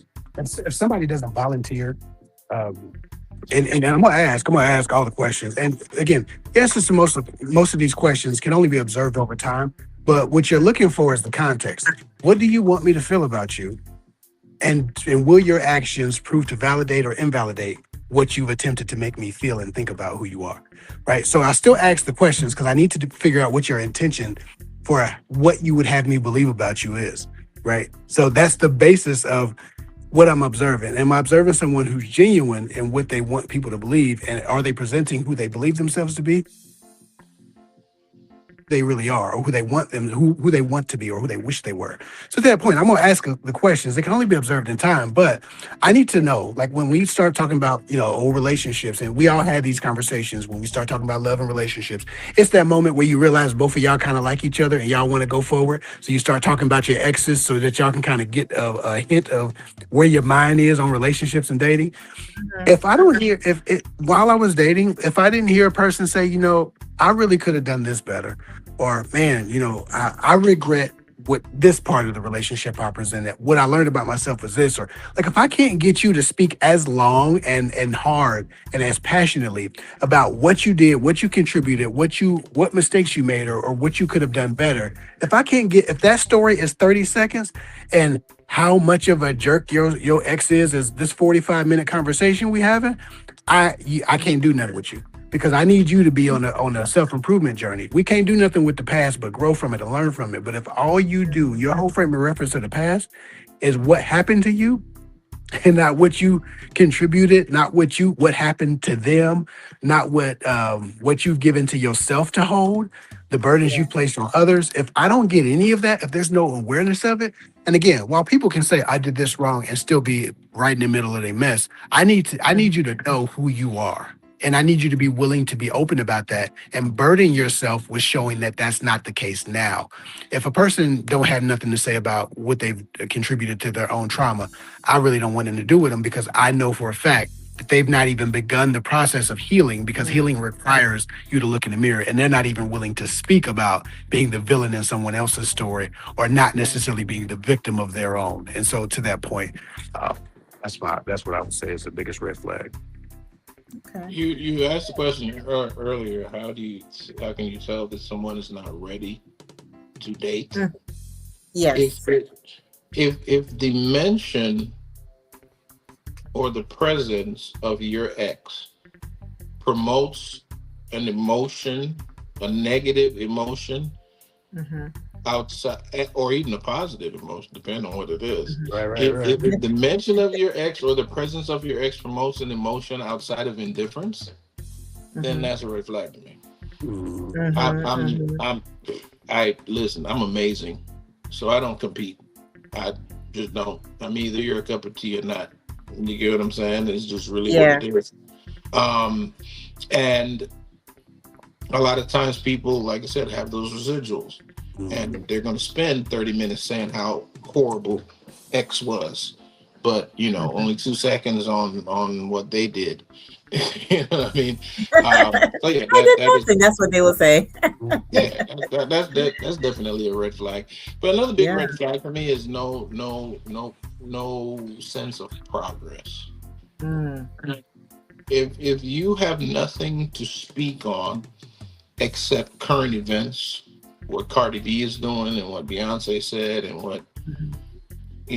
X349 did yesterday, then I'm immediately annoyed. No, I need to hear progress. I need to hear Mhm. that you want to become, that you want to do, that you even if it's foolishness. You know what I mean? Right. Right. They gotta be, like I said, who are you presenting as? You present as a progressive individual, or alliteration. Present as a progressive person, right? Right. But so if like I said, if your conversation, I love to listen. That's Hmm. one of the gifts that the Lord has blessed me with. I think because I just love people. I think everybody has a story, and I'm interested in hearing it. There's a reason why you are where you are right now, Yeah. right? And nobody's just away just because. There's something that happened. There's some trajectory of things that brought you to this particular place in life, and I'm Mhm. interested in that story. However, like I said, if there is no sense of progression to what it is that you're doing in your life, then yeah, that is a huge red flag for me, because I don't care what Cardi B is doing. She ain't putting no money in my pocket. Mhm. Phew, I'm So sorry. yeah, and if I and what I'm looking for is a partner if there's no sense Mhm. that we can partner together, the Bible says, how can two walk together unless they Mhm. agree? There has to be a sense of partnership, and that lends towards, when it talks about the oxen being yoked together. Both oxen have to pull together to get the job done. If we're going to be yoked together, then yeah, we there has to be you know I get really turned on when I hear a person who's good at administrative stuff. That's sexy to me, Mhm. right? because Okay. because I'm a big picture person, right? So if I Right. hear, if I can bring my big picture in, you say, well, there's we could do this, that's hot to me, right? But if I'm going to give you a concept to say, okay, well, you know what, I want to get to the moon, and your Mhm. response is to tell me how many reasons there are that I can't get to the moon. And yeah, no, huge red flag. You're not Yeah. progressive. You, Bye. you don't dream big enough, and we don't have any reason to converse further. Okay. Yeah. That's pretty good. Look, my green flag is just someone who is being consistent. No love bombing and gaslighting and all that. Just be consistent, and So no Jamaicans. you're what's that? Wait, say that again. I missed that. I said so. No Jamaicans. Jamaicans are the king of love bombing. There's I only no, want the I good don't think ones there's a though. culture in life that love bombs as much as Jamaicans do. Ever. I Continue. I'm don't want sorry. the Jamaicans that give you a bun. Kev Hicks, I don't know if you know what that term I, means. I I don't know what that term means, but I've been to Jamaica and they love bombed my wife while we were on our honeymoon quite a You know bit. Yeah, they be talking slick. They be talking slick over there. Sweet We tea. spent a week in Jamaica. I was done after 5 minutes, and hey man, stop talking to my wife. Fatty, fatty, sweet Yeah, tea. yeah. No, I love all of that. Now you can love I'll on me and back that, you up, but Chad. you Back have to you be up. consistent and just genuine. Mm. There's some that will just say all this kind of crap, and then next thing you know, they go ghost, and it's like and they come back like nothing happened. I'm like, "What? I don't have time for that. Like, be consistent, be truthful, and so forth, and just have a strong belief in God. I think that's really number one. If you have a true, strong belief in God, it does shine through. And that's where you have to listen to your intuition and be in tune, because once you're in tune, God will kind of speak to you and tell you that, hey, this is kind of this is what should I say? This is the one, so to speak, right here that you should kind of give a chance. So yeah, I mean, there's so many red flags and green flags that we could like call out and so forth. So, that's just for those who are tuned in and listening and so forth, just for them to kind of just get that little tidbit, you know. So what patterns, are you seeing in modern dating that is concerning or stand out? There's so many. It's so Um, different now. We was talking about it before you came on. It's like it's so different, but there's still good ones out there. Still the nice um, guys out there.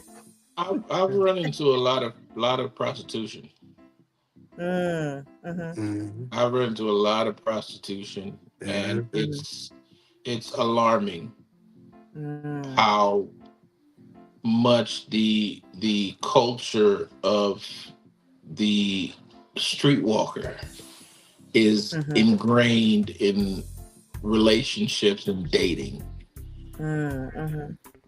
And if you have a little bit of change in your pocket, you can get 90% of these women that out here. And that's Mm. alarming. Yeah, that's You don't crazy. have to have character. You don't have to have goals, dreams. You don't have to be, uh, uh, you don't have to have any relationship with God. You just need to have a little bit of money. And as Mhm. long as you have a little bit of money, then you get all the honey. And Mm. that is horrible. Mhm. Back in my day when I was coming up, women were told that they were precious, and and they had to carry themselves a certain way and see a certain value within themselves. But now, $150 meal is all you need. It's crazy. And the transactional culture that Mhm, is prevalent now is really alarming, and I would hate and I hate to see where it's headed even from here, mhm, because you have individuals who are now saying, well, this money is equivalent to sex, or mhm, money is equivalent to vagina, right? And mhm, it's one of those situations where you cannot get this unless you have this, and I'm not going to do mhm. this if you don't have this, and if you're not paying my bill, if you're not, you know what I mean. I was I was talking to somebody. Met somebody. I think I was at I remember where I was, somewhere in Florida. It was a place called the Wharf, and it's just basically an outdoor space. And I met someone, and I was like, "Hey, you seem cool. You seem nice. Let me get your number. Um, are you gonna pay the phone bill?" What? Wow. Off the bat. And don't try talking to a young lady from Jamaica, because the first thing they gonna ask you for is credits. So I'm supposed to pay your phone bill, and you not only talking to me on the phone? I'm not doing it. That's not a thing. No, if you are my girl, I'll Mhm, give you the world. You ain't got to ask for it. There's nothing of mine, nothing shall be withheld from thee. But if I got to give it to you to get something from you, then that is the definition of mhm, prostitution. Mhm. mhm, mhm, Yeah, I think I would have I've chosen the same thing. I think the biggest issue right now with dating is the virality of the hypergamy based transactional dating obsession. mhm. It's out of control, but I don't think it goes anywhere in the future. I think our economy is going to such a dark place that Yeah. eventually people are going to stop hiding behind those cardboard cutouts of Ferraris, and everybody's going to realize that we're all dealing with the same amount of broke going on. Most people don't have the they can't pay to play because they can't pay. And I think that this conversation will be defeated by probably one of the darkest economies that we've encountered in the history of this country, unfortunately. So it'll pull us back to traditional values of of partnering with people based on other things, because ain't nobody gonna have two nickels to rub together before it's all said and done. Outside of the top 5%, because the wealth gap, the middle class is disappearing. But to Mhm. that point, I do have to run. Yeah. I got a client to talk to. But Okay. it's been amazing talking to you. It's been wonderful meeting you, Dr. Shane. Very Uh, nice meeting you too, sir. oh man, but Let's yeah, let's link up. we will, man. Hit me on Instagram. All right. Mhm. Um, but yeah, what he said about the transactional dating from both sides, the red pill content says, hey, if you get this money, you can treat the women like this. That's terror. That's weakness to me. That's Yeah. effeminate behavior from men who are apparently the alphas. That's ridiculousness. A woman owes you money because she sat across from you at a dinner table, or she owes you honey because you sat across her from a dinner table. Like a Mhm, $17 steak means she's supposed to put out. Both sides of the hypergamy, hyper obsession of transactional relationships are absolutely disgusting. And I think that again, with the rise of these STDs going on and the mhm. lowering of the money, eventually people are going to have to get back to some semblance of sensible. Yeah. So Yeah. I think we'll see the improvement Can we build regardless. together? Yeah, we'll see the improvement regardless. But I'll let you guys go and finish this conversation. I appreciate you for having me Yeah. on again. Love, let's link up, Dr. Shane. We're going to All talk about right. some things, brother. Y'all have a wonderful day. You as Same well, to man. you. Same to you. Love, But love. yeah, it's definitely been a blessing. I'm definitely gonna share Kev Hicks pages and social media, so you Lost guys your were. volume. Oh, you hear me now? Can you hear me now? Oh, hold on. Let me see. Oh, you hear me now? You lost your volume, my dear. Oh, just stay. Hold on. Let me see something here. Uh, All right, hopefully it's better. Welcome back. Okay, goody. Sometimes this technology kind of act up, and we just got to go with the flow. Yep, But yep. yeah, I mean, this was all a good conversation. Like you said, a lot of good points were made before you came on and while you came on, just in terms of like relationship and dating. So, what was the last thing that he mentioned was just that, just the climate of dating and so forth. What are some of the what are some of the other challenges that, you face or have, facing in terms of like dating and all of that kind of stuff? Well, I will say, as a man, Uh-huh. um, dating has become way more expensive than it used to be. Mhm. Even from a financial standpoint. So back in the day, you would, your first date would be something kind of low key, where you have an Yeah. opportunity to kind of know a person. You'd spend time on the phone. You kind of, get to having these conversations. You get to know a person. And then once you have decided that, yes, this is a person that I would like to proceed with, then you enter into the realms of dating and eventually get to, certain levels of interaction. But Right. now it seems as though everybody wants to start at the highest level, right? They want to Mhm. go to the most expensive restaurants first date. So first date, you got to drop $300-400 just to figure out if you even like this person, want to continue talking to this person. You know, Yeah. I've heard somebody say, our first date needs to be a trip. Um, and what is happening is that the thought process of a Mhm. few is infecting the thought process of the many, and I think a part Mhm. of it goes to, I think, well, so here's part of the issue, right? Yeah.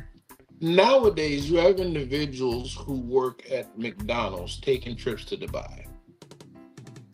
Yeah, That you see a lot of that. Spending previously, their last to do the yeah, most. that previously was unheard of, right?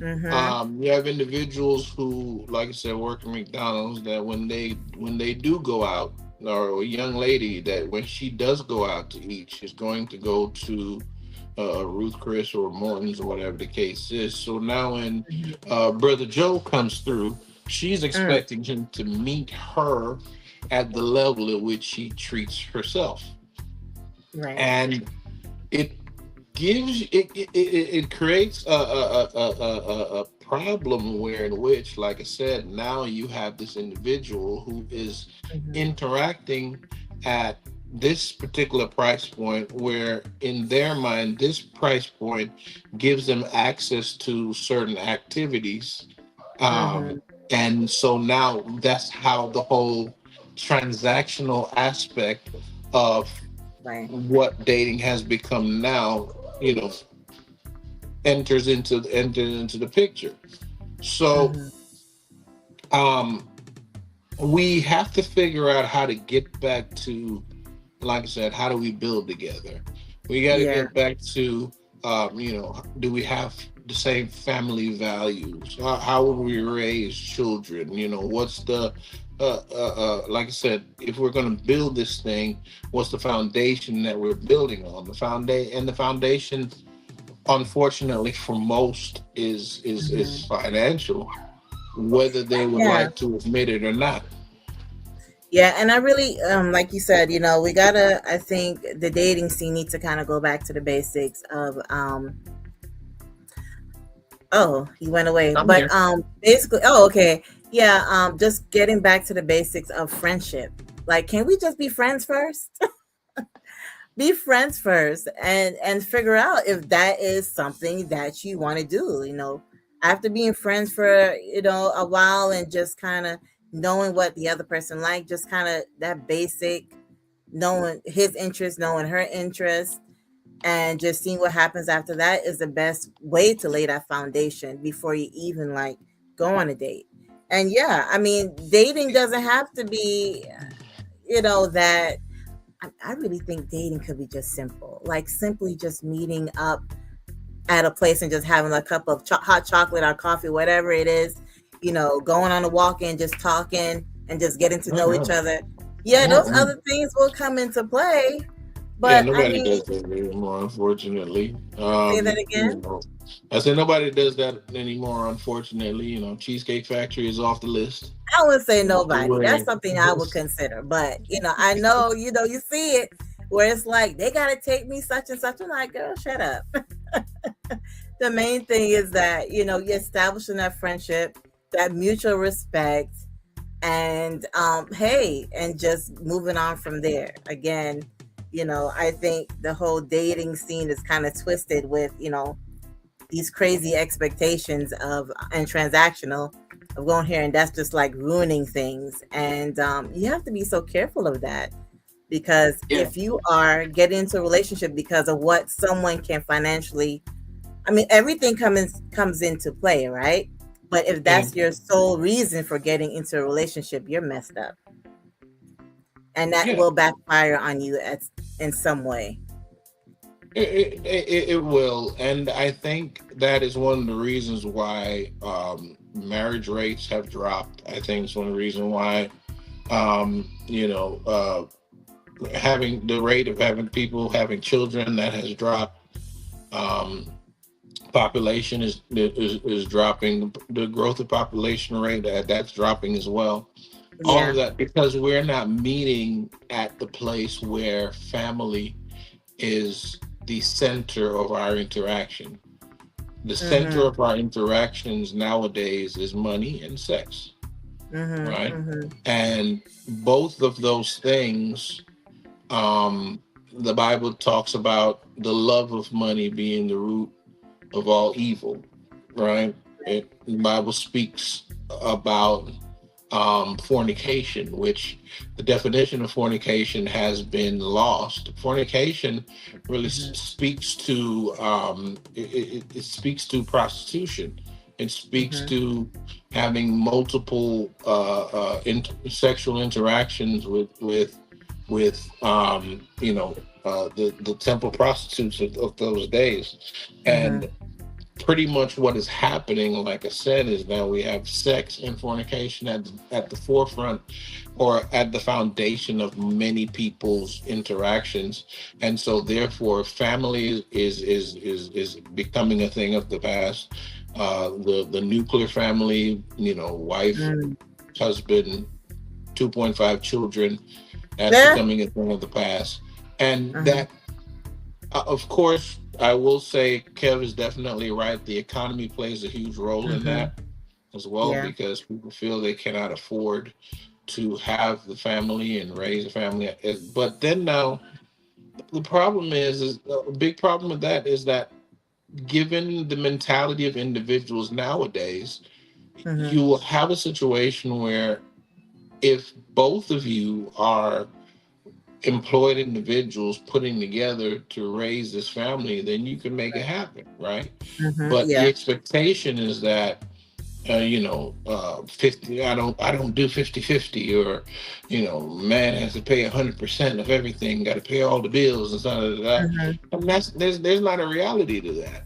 It sounds good talking point, Right. especially when you're from a female standpoint, because if I had a daughter, of course I'd love for her to have a husband who pays 100% of her Right. bills. I would love to have my daughter to have a husband who she doesn't have to split 50-50. But the reality of the Mhm. economy, the reality of life is that sometimes you're going to have to chip in on both ends. You know what I mean? And I Yeah. think where the Bible talks about the two flesh becoming one, I think that is becoming a thing of the past because Mhm. it's what's mine is mine, what's yours is yours, and we'll come together, but there's Mhm. still a line of demarcation that says, well, I'm not going to do this, and I'm not. No, no, no. Everything got to go into one pot, and we figure out what we're doing with this. We're paying Yeah, bills, we're because investing, we're traveling, we're You know what I mean? It can't be your money and my money if you are in a relationship. Everything Right. has to be ours. And I and and it's just a snowball effect, because then now we get into the divorce rate, which causes people to fear putting Hmm. things together, because then when it comes time to split, that split is not really as fair as it should be, right? So Right, right. there is a That's a problem. We problem. want prenup. Exactly. There is it's something that you need to have. Because when she leaves, she gonna leave with half, right? Right, Whether or not right. she brought half, she gonna take half, Hmm. right? Plus more. And these are all things that fight against family, which is what Yes. God is all about. And we got to see that all of this is antichrist, right? Hmm. All of this is against God's original plan. It is God's original plan that men and women become one flesh, and that they are fruitful and they Right. multiply, right? However, now you see where all these things that we just talked about, the transactional aspect of it, money being the Hmm. forefront in the center, sex being at the forefront in the center, the divorce rate, people not wanting to have children, men and Hmm. women not wanting to have shared responsibilities for the unit, which is the household or the family. Yeah. All of that lends to people not getting together, children not being Hmm. born, the population rate dropping. All of that lends to things that are by definition antichrist, and not the true plan that God Mm. set out in the beginning. Yeah, we have to work on connecting. There's a lot of disconnect um, within the family, and that's something that we have to like make sure to focus on what we can do to bring it back together. I mean, as Mm, you mentioned, or as Kev mentioned, just laying that foundation, before you enter into a relationship. I think that if you know in yourself when you're ready, you know in mhm. yourself who you are, and be reflective and truthful about, the issues that you may have that you need to fix. I think if two individuals can do that, then it makes your relationship more solid, So I think that's where it all began, is just that foundation, the beginning blocks to something bigger. You have to build, yeah, like you mentioned, you got to build it up, Gotta and it deliver. has to start from somewhere. Yeah. So, in terms of like, say, someone who's in the dating phase, what are some signs that they can give each other, before they get into the dating phase? What are some signs, kind of going like in the beginning, pre stages of dating? What are some signs that a guy can give, or a girl can give, that let the other person know that, hey, I'm interested in you, and so forth? That will kind of start that whole process, so to speak. Well, I think that when it comes to the interaction, I think women Mhm. overestimate men. Mm. Men are In what not that way? bright. Men are not that bright. Um, What is the clue? it's, The clueless. yeah, men are clueless, especially men who have intentions beyond Mhm. sex. Now, when men have intentions, like when a man's intention is sexual, they're Mhm. usually pretty bold, pretty straight, pretty upfront with that, whatever the case is. You know what I mean? So I think that when it comes to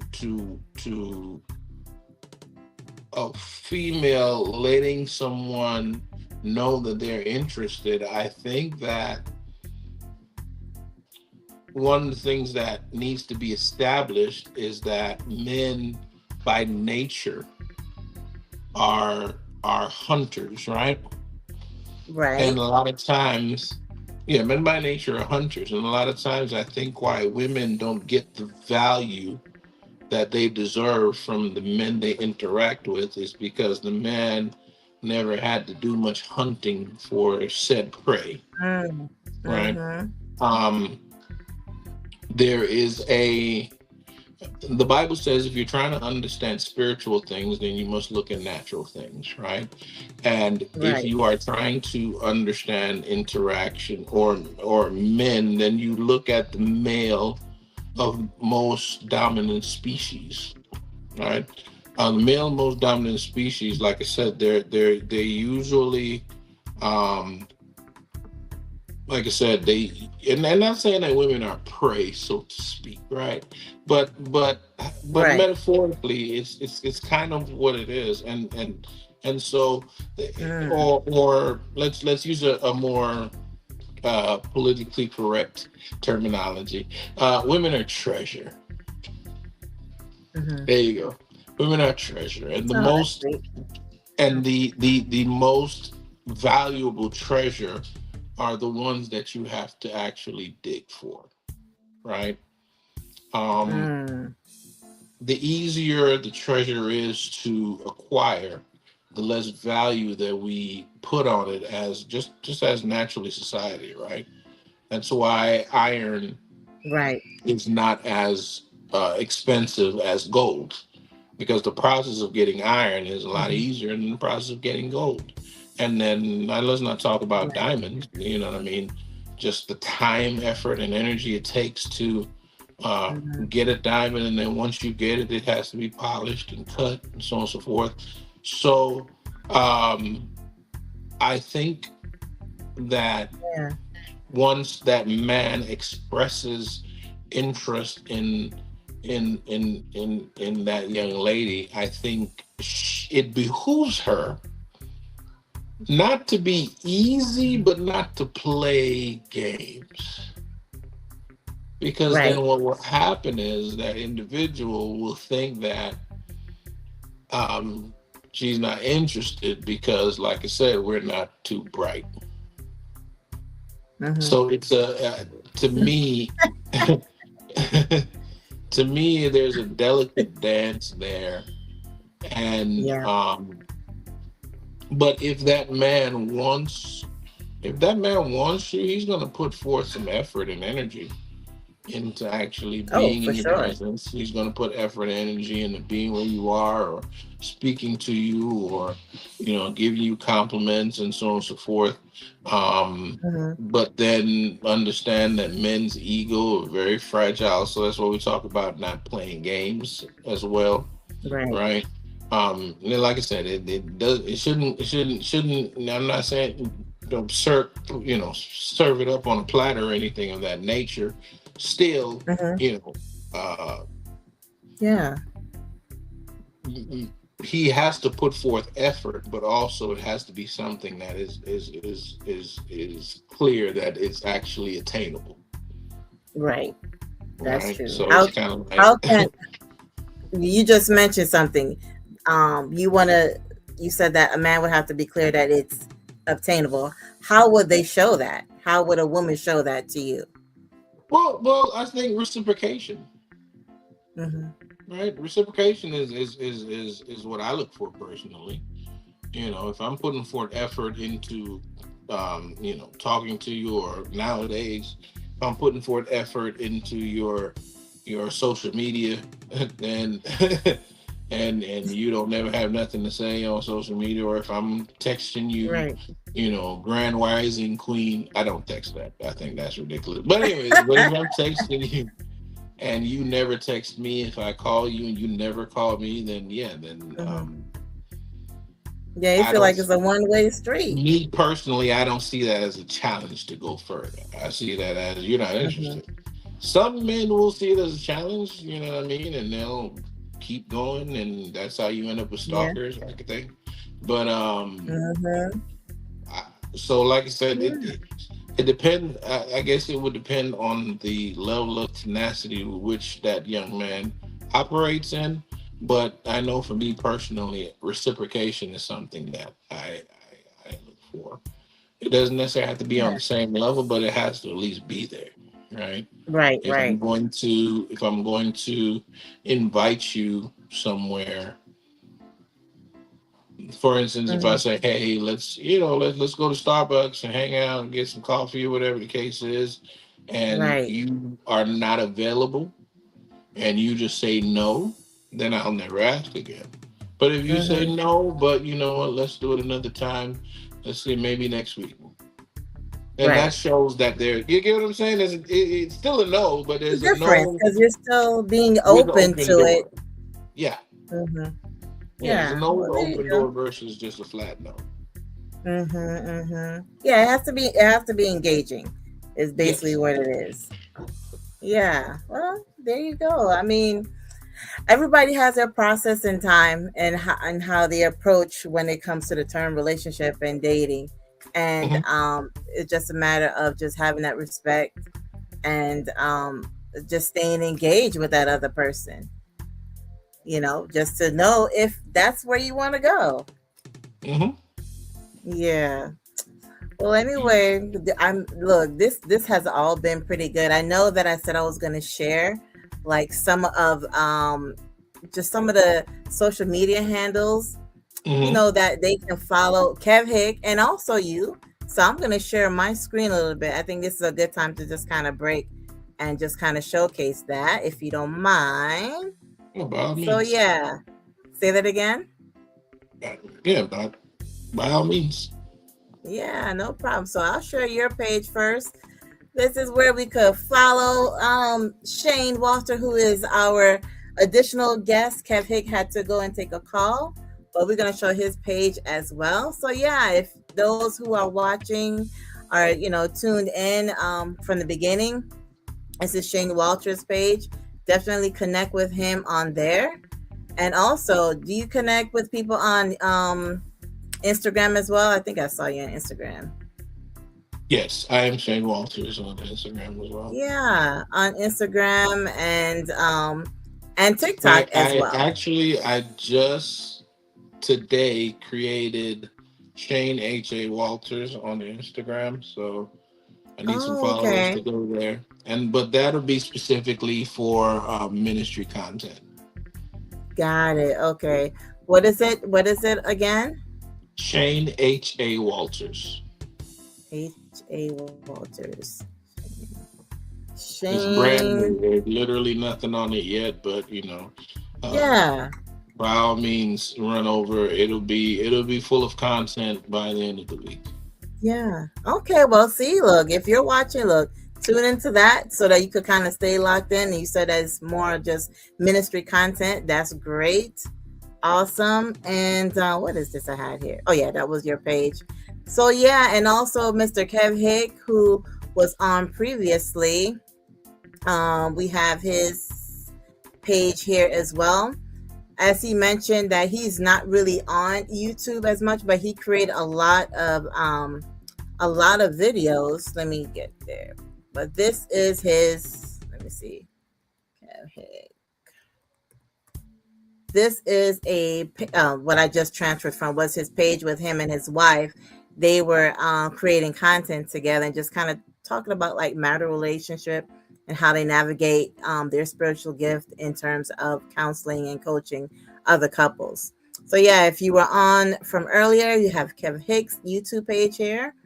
And also he has his Instagram as well that you can kind of check out and follow as well. And I think I saw Spotify as well. I guess he has some podcasts there.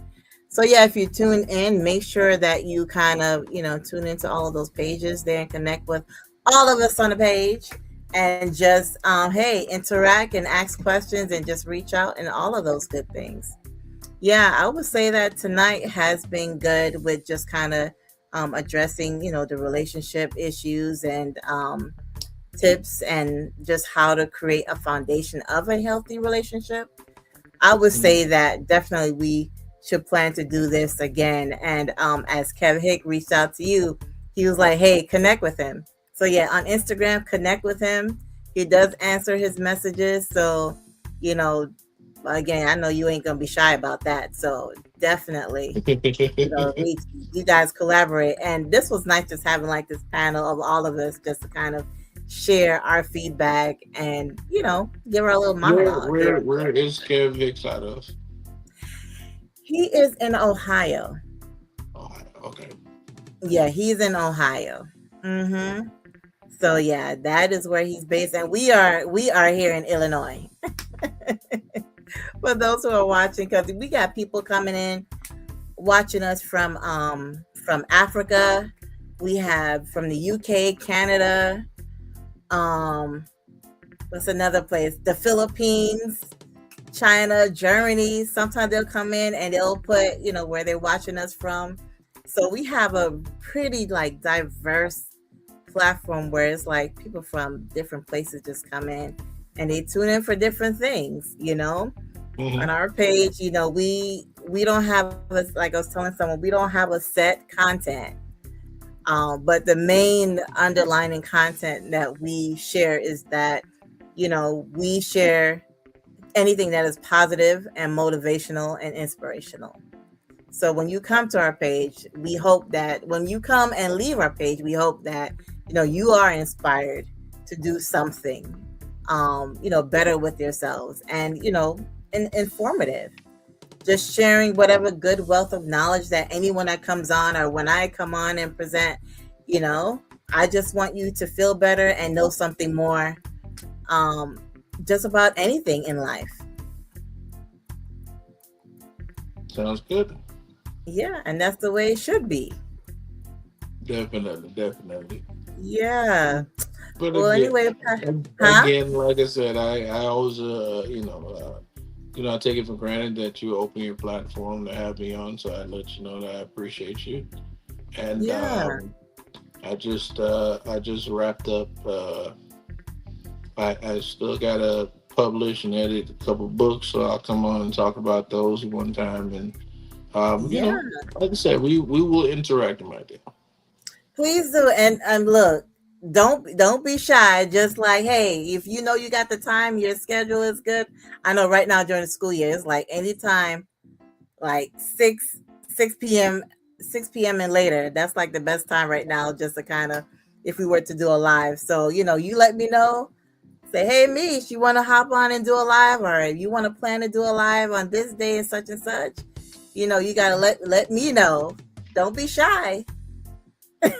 Well, Yeah, that way we could plan and just put it out there. Because the sooner we're able to like put a link out there, the more aware our audience is to kind of like stay tuned. And again, I know we got to connect too with StreamYard, because if you can set up a StreamYard account, then that's good, because then, like I mentioned, your audience, your followers on your page will just merge in the comments. So anytime like I start a live, your live will automatically start as well. And that's a good way of just kind of like building up like subscriptions and, connecting and so forth. So, as soon as you're able to get like an account, I want to say they have the free account. You don't have to pay. If you pay, it's like for extra, extra bells and whistles and whatnot. But I want to say you can still get started with and do well with just like the beginning the beginning package, which is free. yeah, I'm definitely gonna check it out. Yeah, because you can actually, you've been live on your YouTube channel plenty of times. So Mhm. yeah, why not make it work and build it up so, reach Sounds more good to me. people in more areas and so forth. Sounds good to me. Okay, so that's your assignment, sir. You Okay, got to get your StreamYard I got situated. you. What's today? Wednesdays? I'm going to give you until Monday. I'm not going to say Sunday because I know you're going to go to church on Sunday. Give you that day to just rest and praise the Lord. But by Monday, I want you to say, "Hey Mish, or Madam Misha, I did my assignment and I signed up for StreamYard and now we're ready to go live." I got you. Okay, I'm gonna be great in it. All right. All right, Pastor Shane. It has been wonderful, just kind of doing this live and ending in this way. So, as I begin my lives with prayer, I close out with prayer. So I did start off with that. So if you don't mind, again, if you can close us out with prayer, Not a and we problem. can just, hey, let this one go and plan another one soon. We'll do. We'll do. All right. Thank you. Heavenly All Father, right. we thank you for this time of being on. Father, we thank you for Misha and all that she is doing. We pray, oh God, that you will continue to bless her, continue to bless her endeavors, bless this channel. Father, we thank you even for the growth that is coming and the monetization even of this channel. We thank you for it already. We have seen it. Father, right now we pray, Lord, for special blessing on her. Bless Brother Kev, oh God, as he does what you've called him to do. We pray, Lord God, that you continue to teach us, help us to grow, help us to learn, help us to become who you have ordained us to be. In Jesus' name, amen. Amen. Amen. All right, guys, you all have a great night and you have a good night, Pastor Shane. I'm going to end this live. But yeah, you take care until, next time. We'll work on some things behind the scenes. All right, sounds good. All right.